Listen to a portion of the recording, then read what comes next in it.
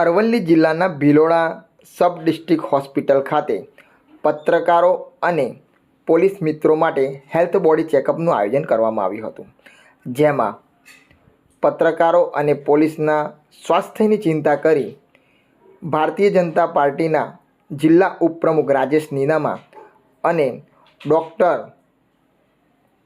હિના શાહ દ્વારા અને તેમની ટીમ દ્વારા ખૂબ જહેમત કરી આ આયોજન કરવામાં આવ્યું હતું।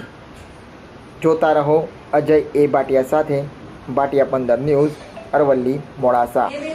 મેલ હોય કે ફિમેલ હોય, આપણે હાઇપરટેન્શન અને ડાયાબિટીસ એ અને કેન્સર એવા રોગો છે કે જે આપણે અલ્ટિમેટ આપણી બોડીની હિડન પ્રોસેસ। નમસ્કાર, રાજેશભાઈ એલ નીનામા, જિલ્લા ઉપપ્રમુખ Aravalli. Bhiloda cottage sub district hospital ખાતે આજે એક મેડિકલ હેલ્થ ચેકઅપ રાખવામાં આવ્યું હતું અને ખાસ કરીને એમાં પત્રકાર મિત્રો અને પોલીસ સ્ટાફ ઉપસ્થિત રહ્યા હતા।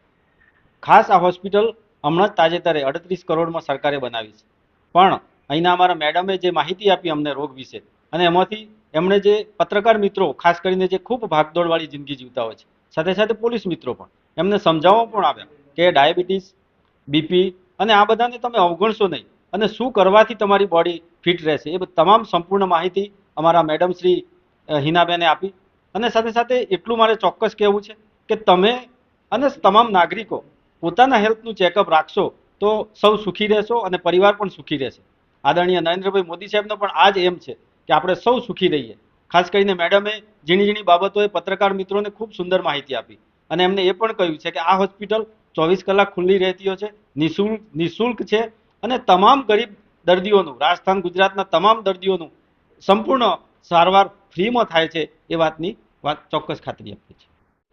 હું ડૉક્ટર પલક કોટેજ હોસ્પિટલમાં ફિઝિશિયન તરીકે ફરજ બજાવું છું। આજે 27/9/2025ના રોજ કોટેજ હોસ્પિટલમાં પોલીસ કર્મીઓ અને પત્રકારોના સ્ક્રીનિંગ માટે કાર્યક્રમ રાખેલ છે।